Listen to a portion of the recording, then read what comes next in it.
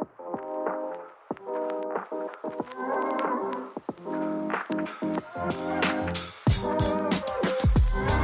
is Let Me Sum Up, your regular deep dive into recent reports on climate and energy.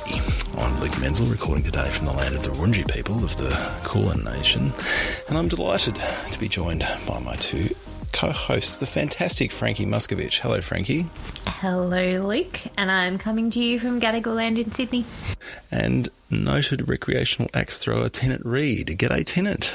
An axe to throw, but not an axe to grind. You've already won the episode and we haven't even started. On this week's show, we'll dig into some fascinating work from the International Renewable Energy Agency that examines how we move all those promising but pesky hydrogen molecules around. But, Tennant, I think we should acknowledge at the outset that this is an episode out of time. We are recording it some weeks in advance to deal with some scheduling challenges, which means our new regular segment, Energy Crisis Corner, is less hard-hitting analysis and more speculative fiction. What do you predict will be happening in Australia's energy system when this episode is released at some indeterminate point in the future? I think I'm going to need to make increasingly wild predictions and a diversity of them to cover the field. So let's see. Are we burning copies of old energy white papers from successive governments to keep ourselves alive through the winter? To be fair, there's a very significant stockpile of them in the National Reserves. A lot. A lot indeed. Are we saluting our new giant ant overlords who've emerged from deep beneath the earth at our moment of maximum energy vulnerability to take over at last? Who knows? All this and more could have happened by the time this episode goes to air. Our new Antonese government. Oh, absolutely. Auditioning for a role as Minister of Propaganda in the Antonese regime. I, for one, salute our new Antonese overlords. Frankie. I've got nothing. In this metaphor, I'm a soldier ant that just keeps beavering away. My not-so-bold prediction is that we'll still be paying through the nose for energy in 3 to 4 weeks' time when this comes out. Yeah. I like the ant apocalypse better than the energy apocalypse at this point. It at least seems more fun. More role for two-fisted adventures, less role for furrowed brows when opening a bill. All right, shall we read a report? Hydrogen calls. The siren song of hydrogen yet again.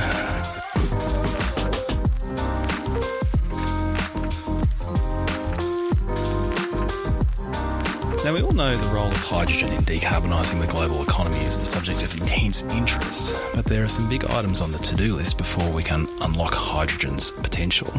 Green hydrogen, hydrogen made by electrolysers powered by renewables, is currently very expensive to make. Indeed, a lot of the focus here in Australia has been on how to drive down the cost of production. However, transporting hydrogen at any sort of scale has its own technical challenges and runs the risk of being very expensive in and of itself. Enter the boffins at the International Renewable Energy Agency, who have just released a technology review of hydrogen carriers, which focuses on how we transport those pesky hydrogen molecules around. Frankie, you were texting Tennant and I about this report last Saturday night, which probably says more about all of our social lives than anything else. What got you so excited about this report? I'm not for 1 minute ashamed to be texting you guys well after work hours on such wonkish indulgences. I love getting texts about hydrogen. I live for it. You've just enabled a lot more after hours texting. So I came to this paper with from very much on a tangential perspective, very self-interested, of course, coming from a building sort of gas distribution perspective, because it made some really interesting conclusions around the merits or not of blending hydrogen into existing gas pipelines. And so I was very interested in having a look at the report for that particular perspective. And then I found myself really geeking out about ammonia. But I thought the report was really good in looking at breaking down, I guess, the different pathways that are going to be possible potentially for transporting hydrogen around the world, to facilitate global trade. And it really breaks it down, doesn't it? Like, it's absolutely forensic. Yeah. I mean, look, we're all wonks here, and I felt out-nerded reading this report very quickly. So I guess the starting premise here, when we think about the total cost of hydrogen being delivered to a specific country, you could break it down into two components, right? Production and transport. And this report is looking more closely at transport, and it compares the cost of transporting hydrogen by pipeline, so compressed gaseous hydrogen, with three different shipping alternatives. So bundling hydrogen into different forms via shipping. Those pathways were ammonia, liquid hydrogen, and liquid organic hydrogen carriers, because we love acronyms. LOHC. What are we calling that acronym? LOHC. LOHC. I don't know. I mean, as far as acronyms go, it's not one that really rolls off the tongue, is it? It also strikes me not the most compelling pathway, and so hopefully an acronym we don't have to say very much in the future. No, Frankie. I mean, my early comments on ammonia are a bit of a spoiler alert, because I don't think we need to spend too much time talking about LOHC, because it's not one of the options that stacks up, according to the wonks at IRENA. So yep. I guess at a high level, the conclusions were in the short term, ammonia and repurposing existing gas pipelines appear to be the best place to start in terms of most cost-effective opportunities for transporting hydrogen. And the other sort of context around this that's not talked about in the report too much but is interesting is that we should think about this in the context of the end users of hydrogen. So transport of hydrogen is not the ultimate objective here, but what we're really talking about. No, I know, I'm blowing your mind here. So you're saying that we're not trying to create a circular pipe of hydrogen right around Australia just for we like creating big things, Frankie. That's kind of what Australia's all about. A big, massive circular pipe of hydrogen as just a tourist attraction sounds pretty compelling to me. This is the point in the conversation where I ask you to moderate your expectations just a little about where this is going. All right. Oh, actually, I shouldn't, because there's I think there's a lot of good news in this report for Australia in terms of the role that we can play in a global hydrogen trade.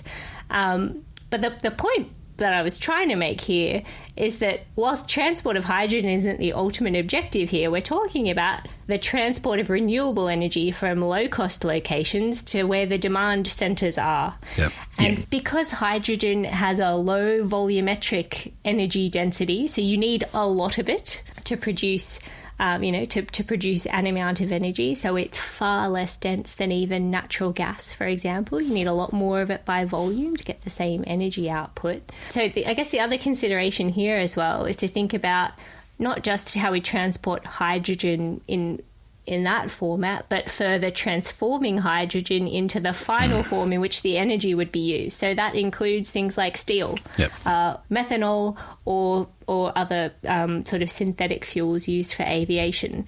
So what it probably tells you is it's going to be cheaper because Australia has an abundance of renewable energy sources in solar, wind and the like, that we can manufacture hydrogen through electrolysis. But we could also, because we have lots of iron ore in Australia, manufacture green steel here, and it's going to be cheaper to transport green steel on boats. Transport the steel, which is, I'm so delighted that this is the conclusion you drew from this, because that's exactly the conclusion I drew. This bugger transporting this stuff. Let's just use it to make stuff here and transport that around the world. Well, now slow your roll there, guys, because this is one of the frustrations that I had. It's not taking away from the content of the paper, But there's a structural issue here, which is that this is paper 2 of 3, and 1, I don't know where 1 is. Allegedly, it came out late last year. But where is it? I went looking for part 1 as well, and this is if we can find it, we'll put it in the show notes. But Frankie, were you able to track the Phantom part 1 of this paper down? The title of it, but to be honest, you're lucky I read this paper in time for the podcast today, so I did not go on an extensive search for it. And you, gentle listener, are lucky too. I'm one of these people that feels profoundly uncomfortable if I go into a sequel without having seen the first movie in the trilogy. Well, the first movie apparently summarises the second and third movies, and the third movie isn't done yet. So maybe that's why part 1 isn't findable. I think that potentially this is some weird jiu-jitsu from the folk at IRENA to build the sizzle for part 1 of the report by releasing 2 and 3 first, and then using part 1, which would actually be part 3, to summarise those first 2. That is the only plausible explanation after spending far too long on the IRENA website a couple of months ago. Well, so the reason to bring it up, though, is that part 3 deals with the global production costs in different locations, and presumably will be a source of some judgments about where it makes greater sense to be making the final product with hydrogen rather than shipping the hydrogen. And we'll really need to put it together. I agree that it looks so expensive to ship hydrogen that you're going to want to use it as close as possible to the place where you make it.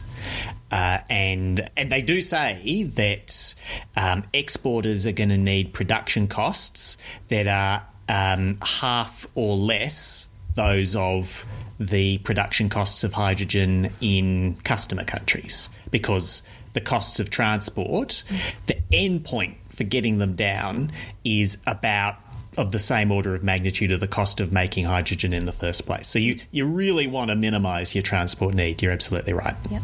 And the other implication is you also want some significant sort of hydrogen production hubs, if I can call it like that, sort of dotted around the world, because you do want to do 2 things in terms of cost of transportation. Scale really helps, and minimising distance really helps. So it's not a scenario where Australia's going to be producing the world's hydrogen.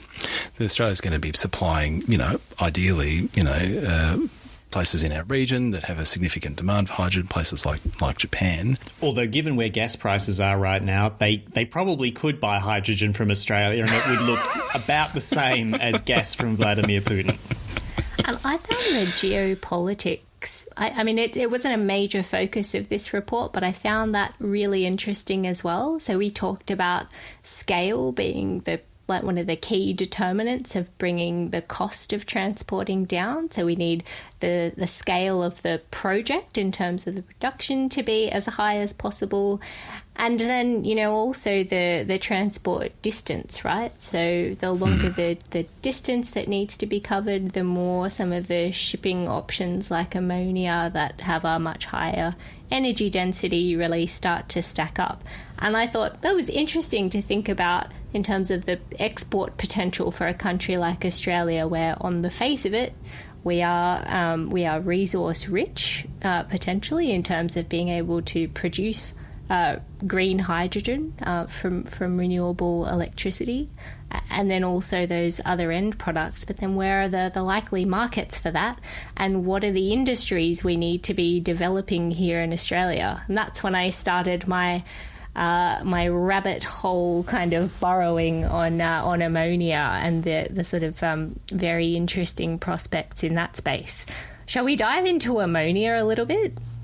Let's do it, but not physically, because I hear it's toxic and corrosive.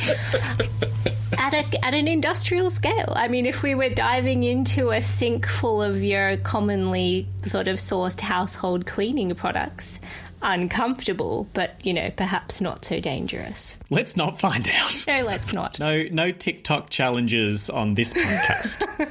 So this report finds that shipping hydrogen in the form of ammonia is the most attractive carrier for shipping hydrogen. And a big reason for that, and one of the advantages it has over the other ones, so the acronym that I will not bother to repronounce, LOC, as well as liquid hydrogen, is that it's possible to use ammonia directly as well. So we don't always have to think about producing green hydrogen through electrolysis, converting it to ammonia, shipping the ammonia somewhere, and then reconverting that ammonia into hydrogen. Which is about 30 or 40% of the energy contained in the hydrogen, right? That end piece, so where we talk about reconversion of ammonia to hydrogen, called cracking, where you need high temperatures to do that, can be anywhere from, I think, 13 to 34% of the energy loss contained in the hydrogen. So it's a lot. So there's like a very high incentive in all of this to think about expanding on, I guess, the existing infrastructure that we have around ammonia and its uses, because there's already a global trade around ammonia. It's already produced, stored and traded on a large scale today. I think about 10% of it is already traded globally. And we have over 120 ports around the world have ammonia infrastructure.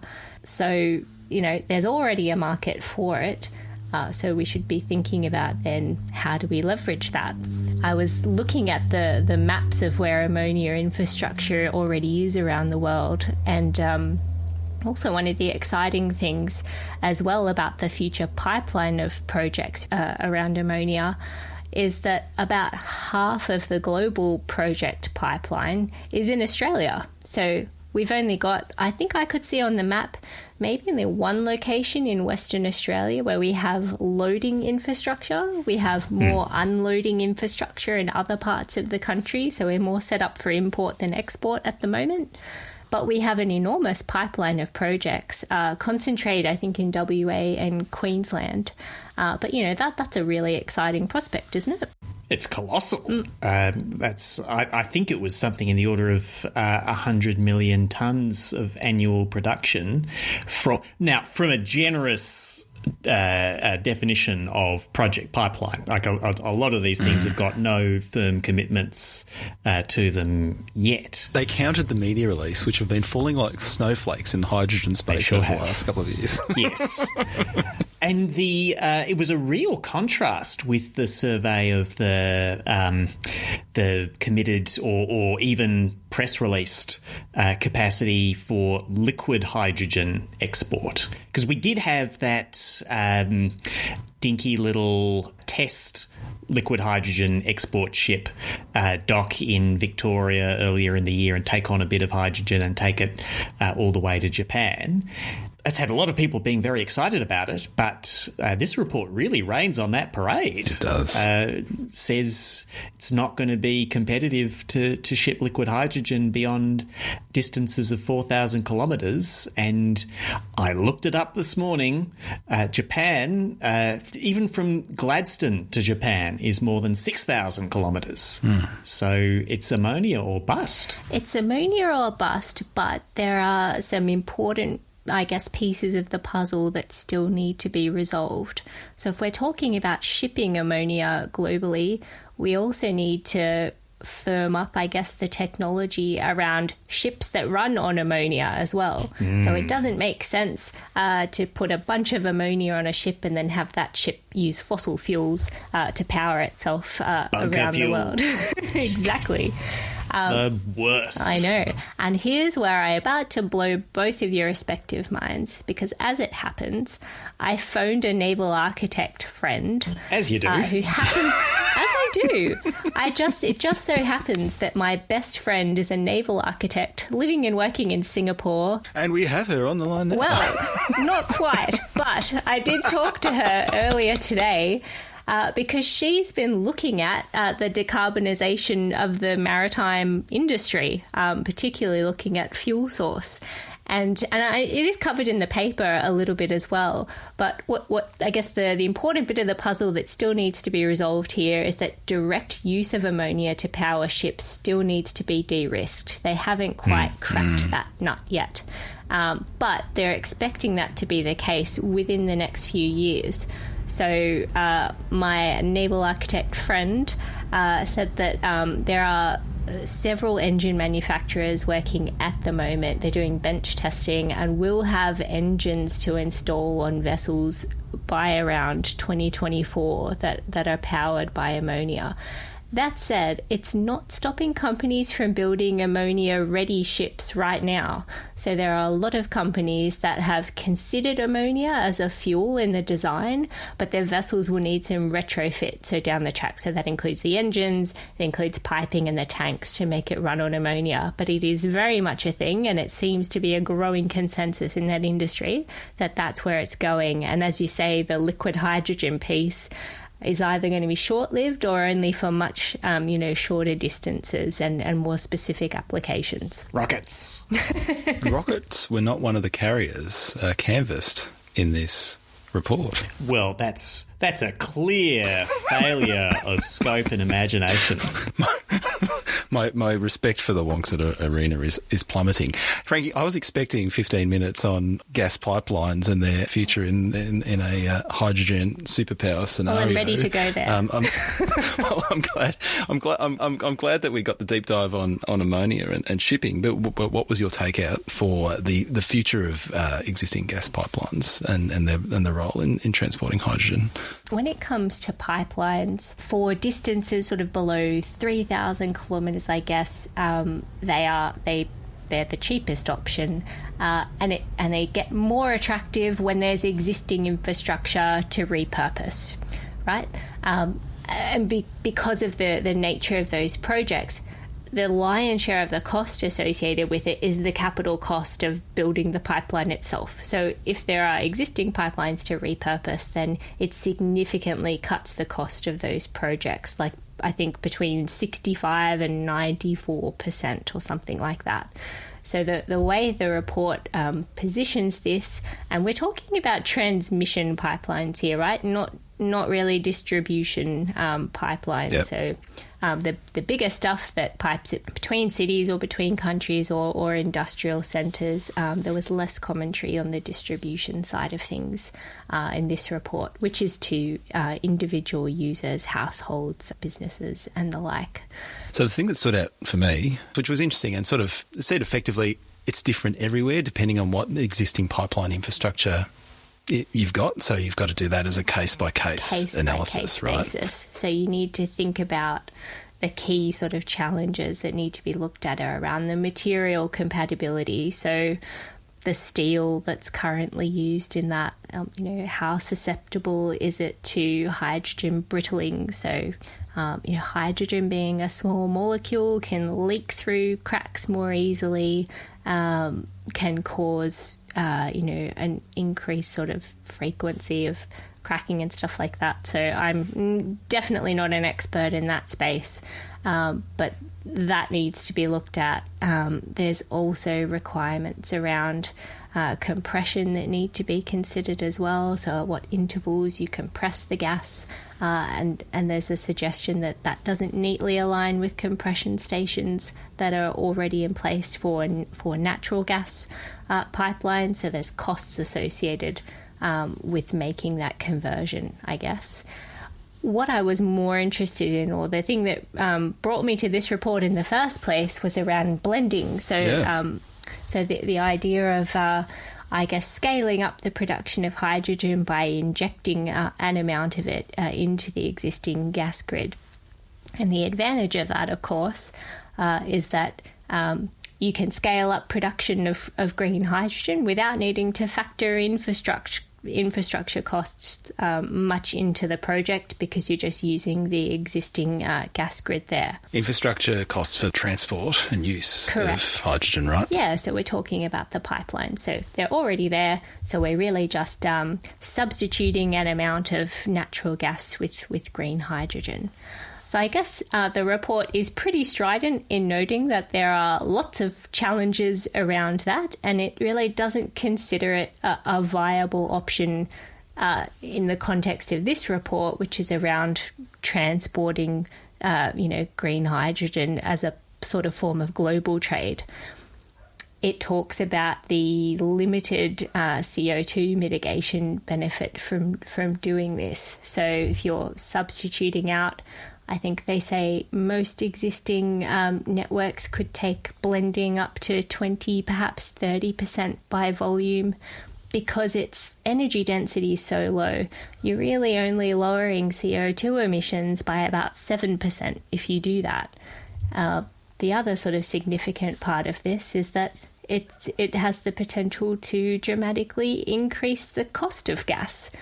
So even on the most optimistic projections around the cost of hydrogen, it's still much more expensive than sort of the existing natural gas. So by introducing that into the network, potentially you're also raising the price. Although the report does reference the uber cheap natural gas in the US. So I was going to throw to Tennant what that, if you were going to translate that for the Australian context, is the price impact, so marked? There's the Australian context, and then there's the context of bananas international gas prices, and how that then changes the cost comparison, because it seems like their sort of randomly chosen example they used was US $2 a gigajoule gas, which is not the reality that is mostly being experienced around the world at the best of times, let alone right now. Well, the spot price in the US is it's been north of $7 a gigajoule recently, US dollars a gigajoule. So you're right. They've got this neat little table where they're comparing escalating production costs for hydrogen and escalating natural gas costs, and what does each combination of those get you for the abatement cost, the cost per tonne of carbon avoided by using blended hydrogen in the gas grid. And they start their natural gas price axis at $1 and they end it at $6. And the natural gas price in Asia and Europe right now, and frankly in Eastern Australia, is more like $30 to $40 a gigajoule. Now, it's not going to stay that high for the next 30 years, probably, and they are trying to make long-term comparisons. Sure. But, I think they slightly oversell the costliness of it.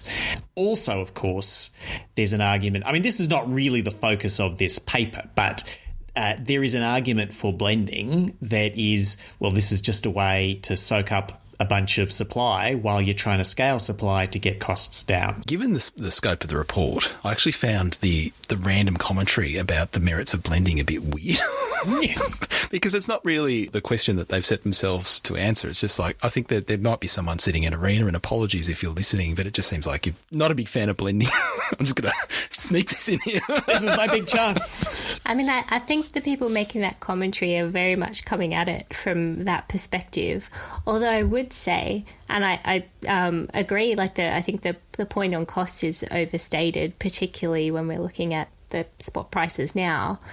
However, I think that the salient point being made there, though, is that we should not think of that as a strategy or, a viable long-term strategy to mitigate the CO2 emissions of natural gas.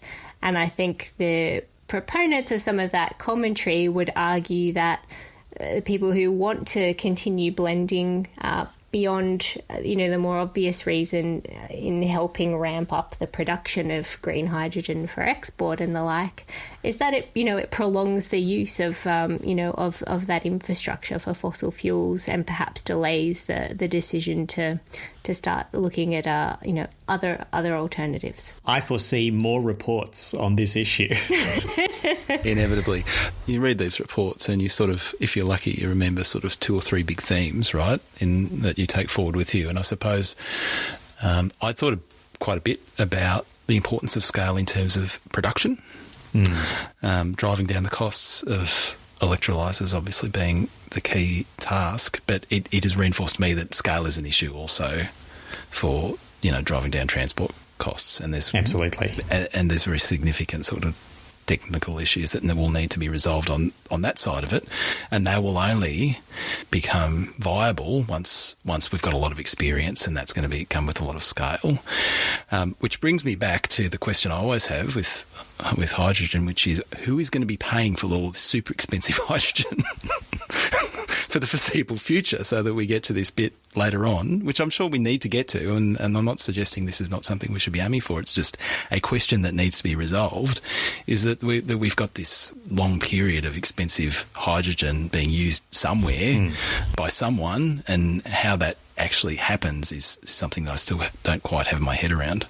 So you're right that it sounds like a harder sell to people. Hey, use this really expensive thing because you using it will make it cheap for other people later.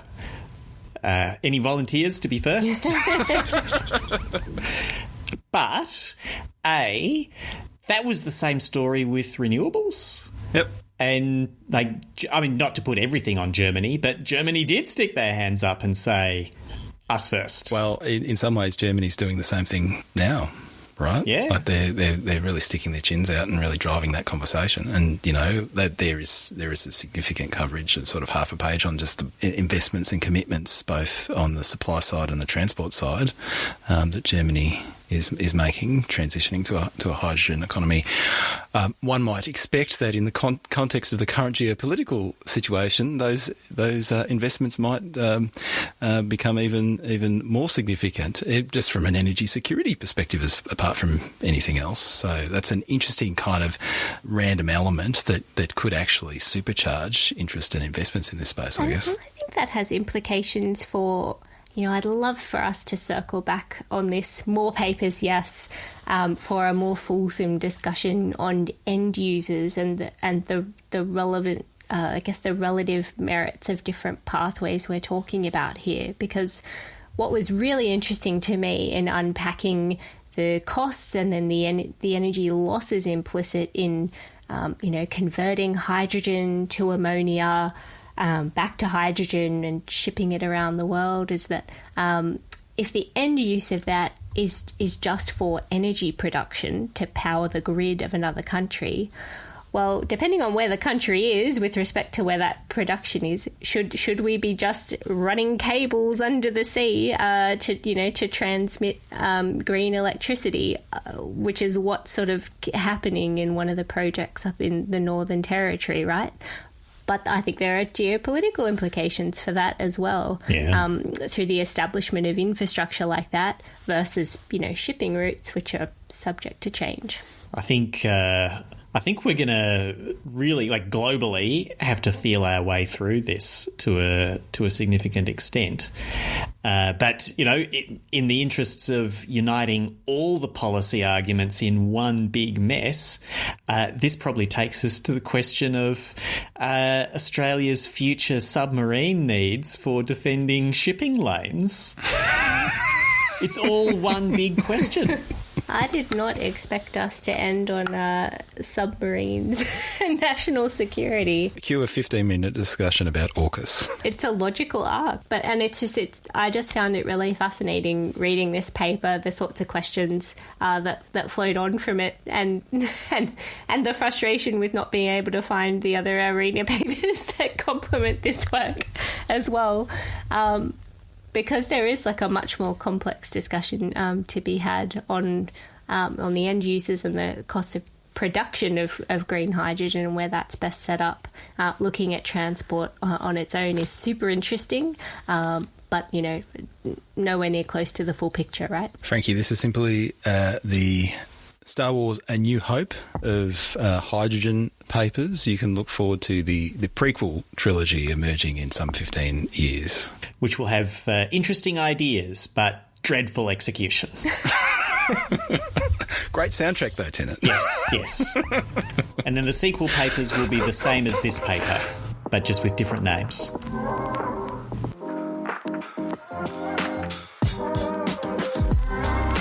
All right. As always, we're closing out the show with one more thing in which we all share something that is currently captivating our attention. Frankie, what have you got? Well, I wanted to learn from our mistake in our first episode where we ended things perhaps not so much on a super positive note. And I wanted to share something really positive I came across. Building on our conversation in our first episode around possibilities in the circular economy, I came across a really cool startup, the brainchild of a pretty fabulous woman called Joanne Howarth. Shout out to you. Her startup is called Planet Protector Packaging, and she's basically introducing an alternative to using polystyrene for packaging different materials, food, even drugs and medicines, with packs made from wool.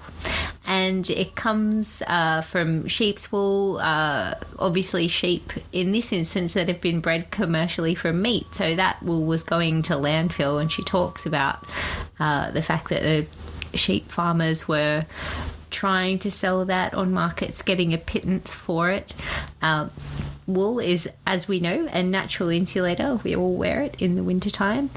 So its performance is equivalent to the polystyrene alternative. It is seeking to usurp, and in this case, I think we're on the side of the usurper.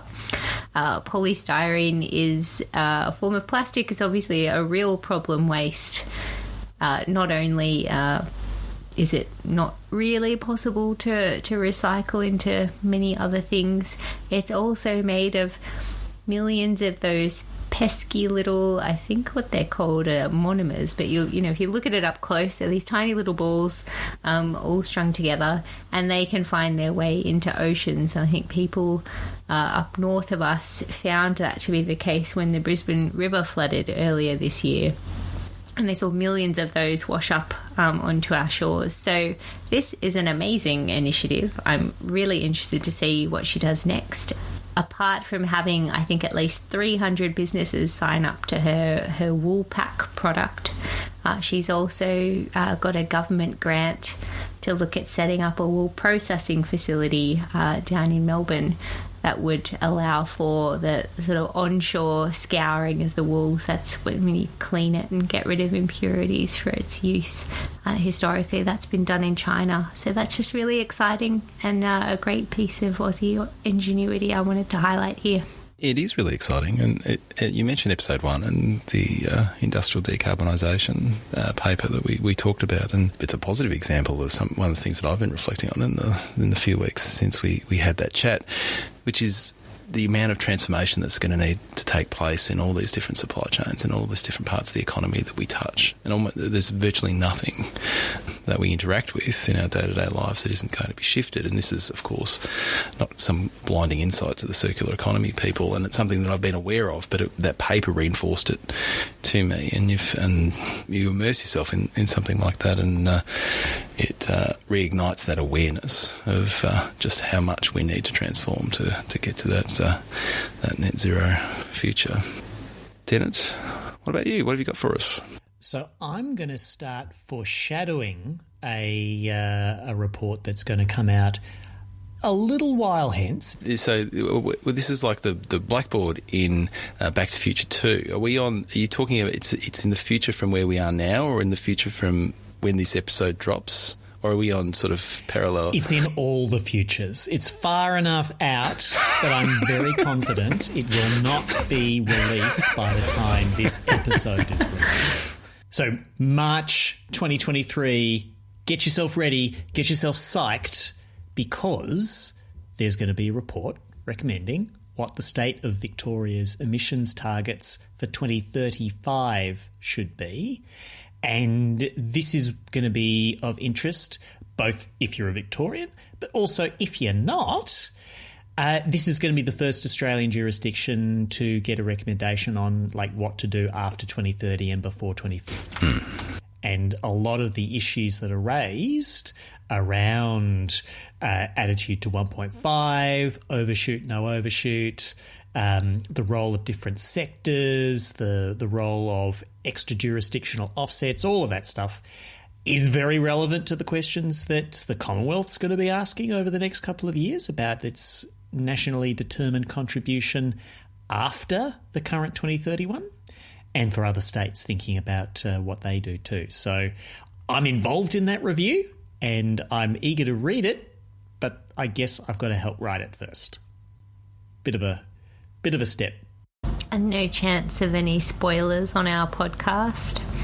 No, apart from my desire to just pluck a copy out of a rip in the space-time continuum and find out what we're going to say. All right. Well, that leaves me, I suppose. I should say something about something. What's your one more thing, Luke? What's my one more thing? An excellent question, Frankie. Well, look, we have a new government. We have a new energy crisis, but I reckon, our long-term task has not changed, which is driving down emissions in this nation. And we know a lot about the emissions reduction trajectories in different parts of the economy and for various fuels, but it's good to keep them on that heads-up display as we work our way through all these immediate and urgent issues, which is why I recommend our audience look up the latest Australian energy emissions monitor from Dr. Hugh Sadler at ANU, just to get your bearings on where we are making progress and where we aren't. The TLDR is that we're continuing to see electricity system decarbonisation driven by renewables. That continues to be a good news story, but our listeners won't be surprised to hear that we aren't seeing equivalent emission reductions associated with gas or petroleum. Indeed, they've been flatlining for some time, and I suppose what I'd say, it's going to be absolutely crucial to ramp up policy attention on those two fuels, as well as some of the key sectors that have perhaps been left out of policy frameworks over the last little while. And with prices where they are, arguably the economic and environmental imperatives are converging for just such action to take place. So watch this space, I guess, but inform yourself with Dr. Sadler's excellent analysis in the meantime. Frankie, Tennant, anything else you want to chip in on before we bid our dear listeners adieu? We've covered it all. The future of hydrogen, the dark political slash entomological revelations of the true nature of power structures. That is our show for today. If you have comments, questions, or something you want us to cover off on a future episode, you can hit us up on Twitter. Frankie is at Frankie Muscovich, Tennant is at Tennant Reed, and my handle is at Luke Menzel. Make sure you never miss an episode by subscribing to Let Me Sum Up in your podcast app of choice, and you'll find this, the last couple, and all future episodes at letmesumup.net. But for Frankie Muscovich and Tennant Reed, I'm Luke Menzel. Thanks for listening, and we'll talk to you again soon. I gave you a positive story to end things on a platter, and you've gone back to the Antonese regime to end this on? Well, it's only a negative story if you're prejudiced against ants. Like, why don't they deserve their time in the sun? We're happily tarred with that brush. Fast forward 2 weeks when I'm trying to do this. What are we talking about? Well, let alone when the chitinous antennaed agents of the Antonese regime come knocking on your door, trying to find out where you got the information to reveal their long-range agenda.